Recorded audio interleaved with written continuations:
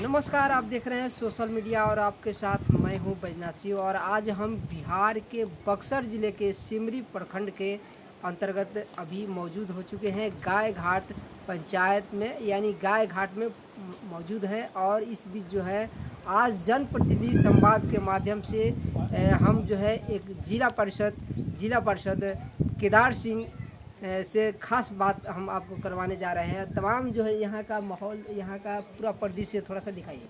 यहाँ का परिदृश्य देख रहे हैं और सीधे हम बात करते हैं एक बहुत ही ईमानदार छवि के, जो आज जो है पूरे दौर में जो है एक कम्युनिस्ट विचारधारा से जुड़े हुए व्यक्तित्व वाले बहुत कम ऐसे मिलते हैं लोग। सीधे हम उनसे बात करते हैं और सीधे उनसे मुलाकात करते हैं, क्या उनमें खास बात है।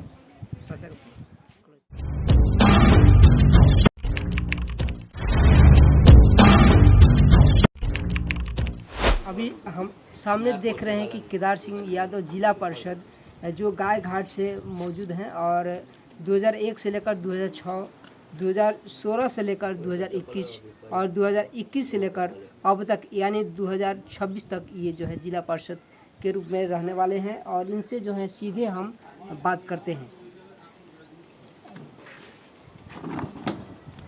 सबसे पहले स्वागत है हमारे चैनल जनप्रतिनिधि संवाद में। जी बोला जाए, धन्यवाद जी। जो आपने हमसे माने जनप्रतिनिधि के बारे में या उनकी जो कार्यशैली है उसके बारे में आप लोगों ने सवाल रखा, इसके लिए आपके जन संवाद मीडिया को धन्यवाद है मेरे तरफ। जी, सबसे पहला आपसे सवाल ये है कि आप जो है एक ग्रामीण परिवेश में और एक कम्युनिस्ट विचारधारा से जुड़े हुए और बहुत ही ईमानदार छवि के व्यक्तित्व वाले आप एक जनप्रतिनिधि हैं जो जिला परिषद से हैं। आपसे हम ये जानना चाहेंगे कि जिला परिषद, आपने जिला परिषद ही पद क्यों चुना? देखिए, हम लोग पहले से ही आपके 85 से ही हम लोग जनता की जन समस्याओं पर आंदोलन करके उनकी समस्याओं को हल करा रहे थे, अपना लड़ने का काम था। लेकिन लोगों ने प्रयास किया कि नहीं, आप जिला परिषद लड़िए, जिला भर से आप काम करते हैं, जिला की जनता की जन समस्याओं पर आप बराबर लड़ते हैं, इसलिए आप जिला परिषद लड़िए ताकि जिला स्तर की जो भी समस्याएं होगी जनता का आप रखने का काम कीजिएगा। जी, आपसे मेरा ये दूसरा सवाल है कि आप जो है आपके जिला परिषद के अंतर्गत सरकारी योजनाएं बहुत सारे आती हैं, उनमें मुख्य रूप से जो है सरकारी योजनाओं में क्या क्या योजना है? देखिए, जिला परिषद 2001 में तो मैंने उस समय जो फंडिंग था जिला परिषद का बहुत कम था। अच्छा। लेकिन उस समय एक योजना सम्मिलित भारत सरकार की आई थी, जो जिला परिषद के जनप्रतिनिधि उसमें शामिल थे और जिला में ऐसा चीज़ तय किया जाता था कि जो जिससे जिला का विकास हो। उस समिति में मैंने बहुत महत्वपूर्ण सवाल रखे थे। जो पहला सवाल था कि बक्सर से कोई रबर तटबंध को पक्कीकरण किया जाए। दूसरा था कि नहरों का आधुनिकीकरण किया जाए। मेरे यहाँ दो तरफ से सिंचाई है, एक नहर, दूसरा नलकूप का। जितने 40 एकड़ पर एक राजकीय नलकूप का प्रावधान था गवर्नमेंट का, तो मैंने ये भी रखा कि हर खेत को पानी की समस्याओं को दूर किया जाए। तीसरा मैंने रखा कि जो आपका पहाड़ियाँ है कैमूर या जैसे दुर्गावती वगैरह में, जिसका मेरा डिमांड था कि पहाड़ियों में जैसे गंगा दामोदर घाटी परियोजना है वैसे डैम का निर्माण किया जाता तो पूरे शाहबाद डिस्ट्रिक्ट में 24 घंटा लाइन रहता। लेकिन इन सारी चीज़ों के बाद मैंने रखा कि ये सारी समस्याएं सिंचाई को हल कर सकती है, लेकिन उत्पादन की कीमत जब तक किसानों को नहीं मिलेगी तब तक किसान को कोई फ़ायदा नहीं। मैंने 2003 में ये सवाल रखा था कि कृषि पर आधारित उद्योगों के व्यवस्था से ही बिहार का विकास हो सकता है, क्योंकि झारखंड के अलग होने के बाद बिहार में केवल कृषि ही बच गया है। कृषि ही बिहार का मुख्य रोजगार का साधन है। इसलिए मैंने लड़कर इन चीज़ों को भारत सरकार में विदा कराया और सिमरी प्रखंड में टमाटर पर आधारित सॉस की इंडस्ट्री जो, और यहाँ के जैसे दूध में डेयरी से लोग देते हैं, डेयरी पर दूध ले जाकर, उसी तरह हर गांव में कमेटी बना दिया जाए, उसका अध्यक्ष सेक्रेटरी रहेगा, लोग को टमाटर देगा और वो इंडस्ट्रीज में जाएगा। इन सारे सवालों को मैंने भारत सरकार को रखा सदन में, ये योजना समिति के माध्यम से भारत सरकार को भेजा गया। इसके बाद बहुत सारी चीज़ें, जैसे उस समय जो ग्रामीण सड़कें थी वो रोड पक्की वाला, उस समय हम लोगों को जिला परिषद में उस कमेटी में थे, मैंने उस कमेटी से कम 12 सड़कों 13 सड़कों का चयन कराने का काम किया। जैसे आशापड़ी से छोटका सिंहपुरा, आपका मझवारी इनार से गोपालपुर धना, उसके बाद रामपुर मठिया से रमधनपुर परमानपुर, उसके बाद था आपका नियाजीपुर से बड़का राजपुर, उसके बाद आशापड़ी से नियाजीपुर बांध तक, उसके बाद बांध से लेकर लाल सिंह के डेरा तक। ये सब इतने कार्य। हाँ, 12 सड़कों को मैंने लगभग रघुवंश पाठक के डेरा भकुरा, इस तरह से 12-13 सड़कों को मैंने अपने बुद्धि से, जैसे हो अधिकारी लोगों से भी मिला जुला करके मैंने सवाल तो रखा था, लेकिन उस समय कम सड़कें मिली थी, लेकिन मेरे प्रभाव से अपना जो विचार भाव था इससे मेल जोल करके मैंने 12-13 सड़कों का उस समय कर दिया। उसके बाद जो जिला परिषद का फंडिंग मिला उससे जो भी उस समय कम था, फिर भी मैंने प्रयास किया हर पंचायतों में देने का काम किया। कि इस तरह से मेरा 2001 से 6 तक का निकाल। इसके बाद 2006 से बाद आरक्षित हो गया, महिला आरक्षित था, उसमें मैं नहीं था, आरक्षण 2 बार रहा। उसके बाद 16 में फिर जनरल हुआ तो मैं चुनाव जीता। 16 से लेकर मैंने हम रहे 21 तक। तो इस एथी में सबसे मेरा पहला डिमांड था केशोपुर पानी प्लांट। जो पानी का प्लांट है केशोपुर का, उसका मेरा इस 16 का सबसे पहला क्वेश्चन केशोपुर पानी प्लांट था, इसलिए कि स्थगित था, ये रिजेक्ट हो गया था गवर्नमेंट के तरफ से। मैंने सवाल रखा जिसमें डीएम डीडीसी ने कहा कि भाई ये पत्थर पर डूब क्यों जमा रही है, होगा नहीं। मैंने कहा कि भाई सिमरी प्रखंड की जनता का क्या इसमें दोष है, जनता तो आर्सेनिक पानी पी रही है जिससे लाखों बीमारियों का सामना कर रही है। दूसरा सवाल आकि किसान यहाँ के जो है अपना जमीन दे दिया आपको प्लांट बैठाने के लिए, जनता का इसमें क्या दोष है। आपकी एजेंसी को टाइम बाउंड था, टाइम बाउंड के अंतर्गत काम नहीं करा पाई, इसके चलते ये केशोपुर पानी प्लांट नहीं हुआ। मैंने 4 साल आंदोलन प्रदर्शन, और कि कोई भी आंदोलन प्रदर्शन में ये मेरा मुख्य मुद्दा था। दूसरा बात, जिला परिषद में मेरा हर मीटिंग में ये पहला मुद्दा था। लेकिन उस समय हमारे राघवेंद्र सिंह डीएम थे इस जिला के, बहुत ही अच्छे और विद्वान इंसान थे, उन्होंने बहुत मदद किया और उनके सहयोग से मैंने इस प्लांट को स्वीकृति और टेंडर कराने का काम किया। मैंने उनके समय में मैंने रोड से लेकर और 500 करोड़ का सरकार से खींच करके लाने का काम किया। ये प्लांट 200 करोड़ का है। और दूसरा, उनके माध्यम से हम लोग करीब 19 गो रोड सेक्शन कराने का, नया रोड जितने थे, जैसे चकनी से छोटका सिहनपुरा, बड़का सिहनपुरा से छोटका सिहनपुरा, चुनीडांड से नगवा, उसके बाद था आपका नारायणपुर, सहिहार से नारायणपुर, उसके बाद राजापुर से डूभा, उसके बाद है गंगौली बांध से श्रीकांत राय के डेरा, उसके बाद है आपका बीगू का डेरा, नियाजीपुर रोड से बीगू का डेरा, उसके बाद है बांध से गर्जन पाठक का डेरा, नियाजीपुर रोड से लाल सिंह अभिलाख का डेरा, इस तरह से जीएन का डेरा, तिसरिया का और जीएन का डेरा। मैंने 19 गो रोड सेक्शन कराने का काम किया। उसके बाद 7 गो मरम्मती, जैसे आशा रामपुर मठिया से रमधनपुर परमानपुर मरम्मत हो गया।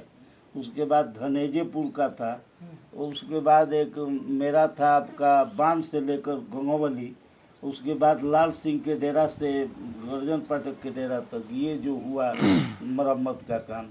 मैंने लगभग मेरे क्षेत्र में, जैसे गोपालपुर अभी था तो अभी हुआ, उसके लिए मैंने लोक शिकायत में भी मेरा केस था, जो जिसमें 4 गो में डिग्री हुआ, धनास से गोपालपुर।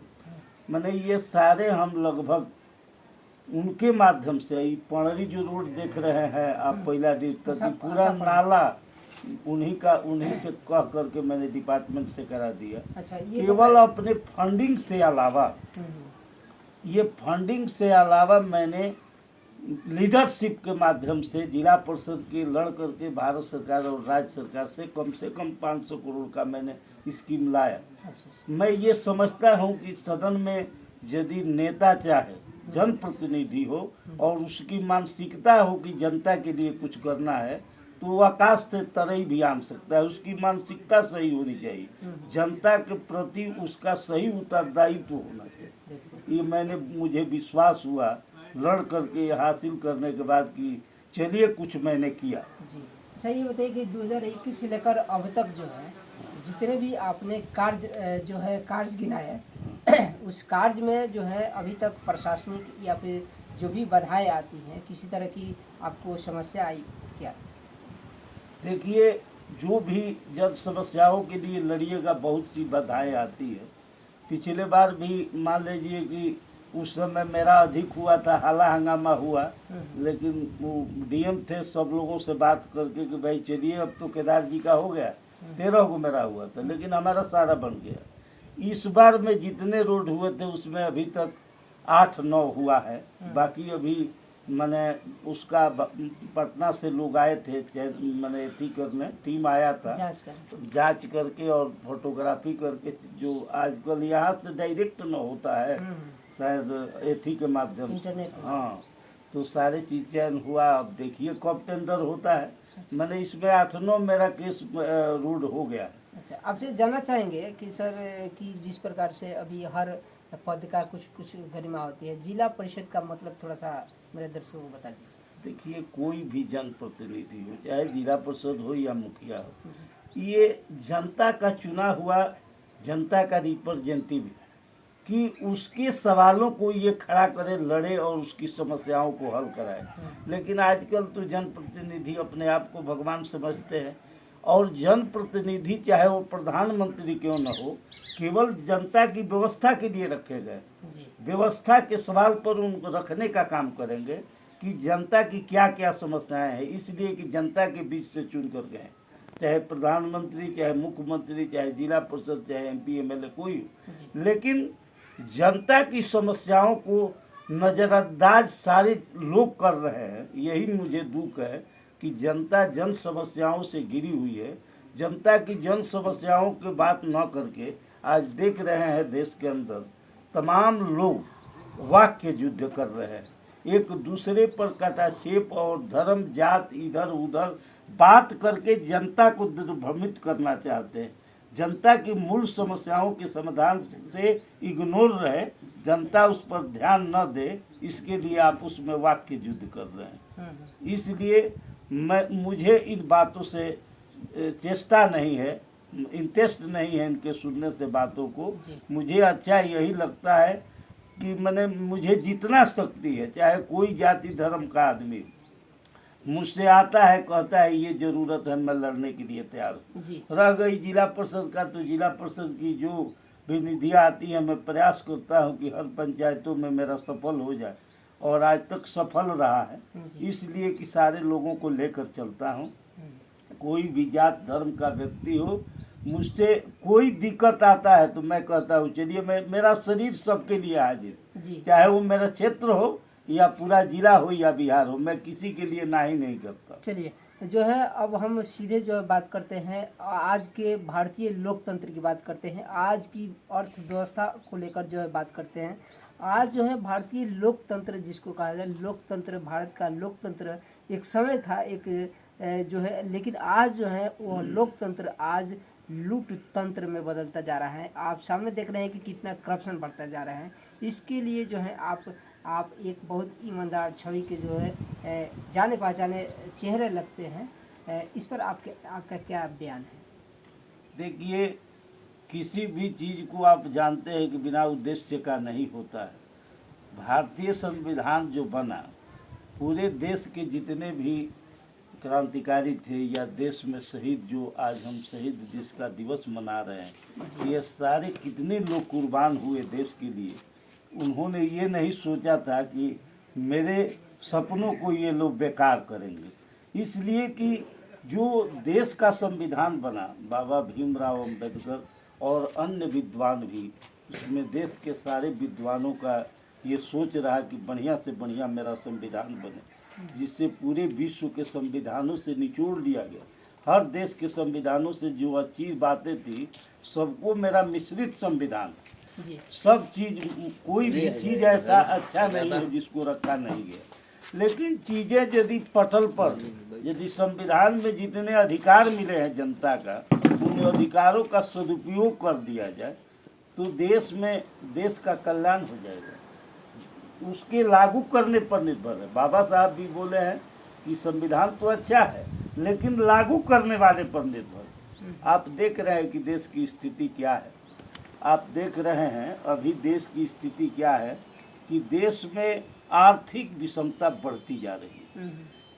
भारतीय संविधान में निहित है कि 10% अधिक होना चाहिए, लेकिन 10% की रफ्तार में नहीं है। आज देख रहे हैं कि कुछ ही मुट्ठी भर कारपोरेट पूंजी, कुछ ही मुट्ठी भर कारपोरेट घराना के 47.5% पूंजी उन्हीं के हाथों में चली गई। अभी जो रफ्तार चल रहा है कारपोरेट के पक्ष में, हम समझते हैं कि 5 वर्ष सरकार ऐसी चल गई तो 70% पूंजी उन लोगों के हाथों में चली जाएगी। जो देश की बेरोजगारी बढ़ती जा रही है, जनता को रोजगार युक्त समस्याओं से समाधान करना चाहिए। स्वरोजगार जहाँ से पैदा हो, रोड बना देने से रोजगार पैदा नहीं होगा। रोजगारों का सृजन कैसा हो। एक तरफ गवर्नमेंट कहती है कि इंटरनेट टेक्नोलॉजी पर सारे दुनिया को जोड़ दिया जाएगा, दूसरे तरफ पढ़ाई का जो रफ्तार है, एक समान प्रणाली होना चाहिए, समान शिक्षा प्रणाली पूरे देश में लागू होनी चाहिए। क्योंकि शिक्षा जो है, चाहे वो राजा हो, चाहे प्रधानमंत्री हो या गांव का हरवाहा हो, सबकी जो बच्चे की शिक्षा होनी चाहिए एक होनी चाहिए। आज आप देख रहे हैं कि नई शिक्षा प्रणाली, नई शिक्षा नीति ने उसको क्या कर दिया। अरबों का स्कूल खुला है आपके पास। जैसे राजा के ज़माने में राजा के लड़का गुरुकुल में पढ़ने के लिए जाते थे, आज वही है कि धनी आदमी का लड़का इंजीनियर, डॉक्टर, ओवरसियर बनेगा, लेकिन गरीब आदमी का लड़का वही चरवाहा विद्यालय और आंगनबाड़ी और जैसे किसी तरह से साक्षर हो जाए। इसलिए कि देश के नेता चाहते हैं कि आम जनता, किसान मजदूर के लड़के केवल साक्षर रहे। उन्हें ज़्यादा पढ़ा दीजिएगा तो अपने अधिकार समझने लगेंगे, कल से आपके अधिकारों के प्रति अपना हक की लड़ाई लड़ने लगे। आज देश की स्थिति खराब है। एक तरफ भारत सरकार ने कहा कि हम इंटरनेट टेक्नोलॉजी पर दुनिया को जोड़ देंगे। उस समय अटल जी प्रधानमंत्री थे, उस समय से लेकर अभी तक उसी समय कहा गया कि अब हर सरकारी एथी में कटौती कर दिया जाएगा, नौकरी में, कृषि में रोजगार दिया जाएगा। मैं समझता हूँ कि बिहार से कृषि पर आधारित राज्य है। मान लीजिए कि झारखंड अलग होने के बाद जितने कल कारखाने खदाने हैं सब झारखंड में चला गया। बिहार एक कृषि पर आधारित राज्य है। कृषि पर आधारित उद्योगों का व्यवस्था से ही बिहार का विकास हो सकता है।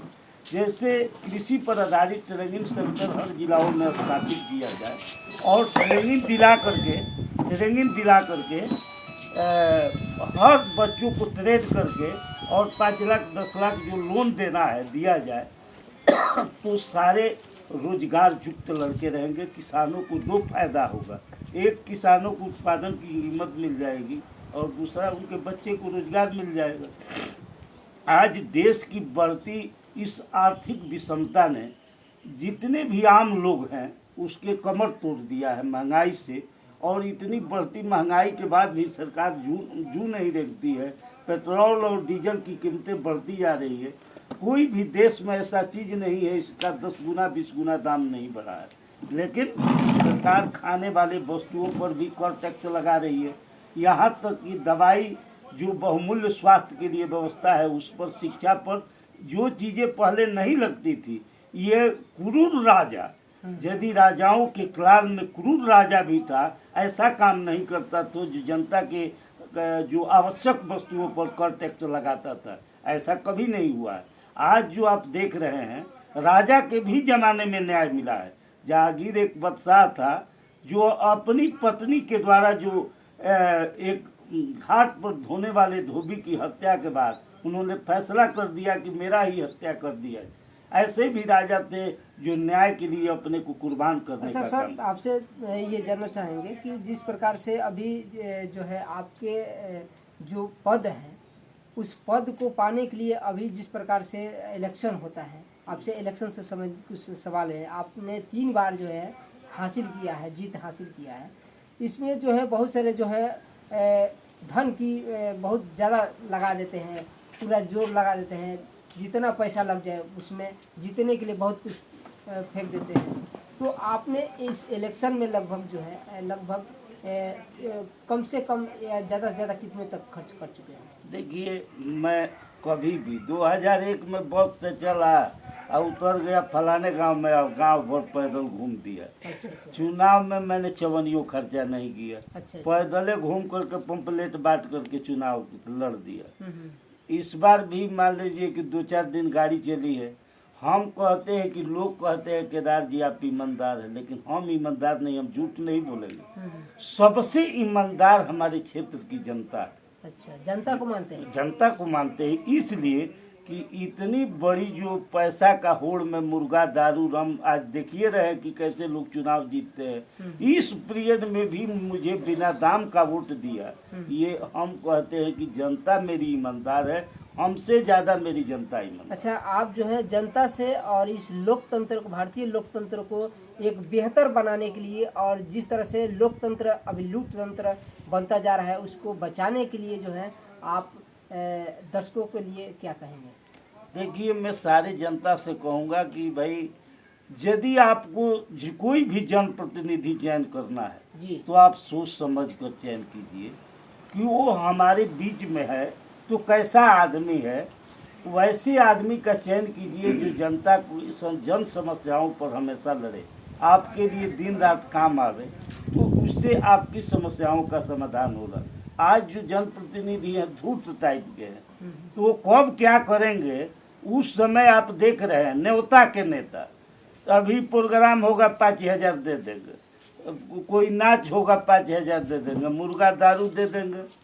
तो जनता देख रही है। देखिए, इसमें दिग्भ्रमित होने का काम, कोई जहाज से आ रहा है, एक बेर 50 को गाड़ी लेकर राइफल लेकर चलेगा, कहेगा इससे बड़ा कोई नेता नहीं। लेकिन जो जनता की जन समस्याओं पर रोज लड़ता है, आंदोलन करता है, आपकी जन समस्याओं के लिए करता है, जो आपके बीच में है, आप उसको अच्छी तरह से जांचिए। कोई भी सामान खरीदने मार्केट में जाते हैं तो 8 बेर उसको देखते हैं। तो ये तो 5 बरस का फैसला है। आप एक दिन के कपड़ा साल भर पहनने के लिए किनने जाते हैं तो उसको 5 बेर निहारते हैं कि कैसा है, और 5 साल रखेंगे उस व्यक्ति को अपने अधिकार के रक्षा के लिए, और आप समझ करके नहीं रखिएगा तो इससे हम क्या कर सकते हैं। हम तो यही सुझाव देंगे जनता को कि अपने आँखों से धोखा मत खाइए।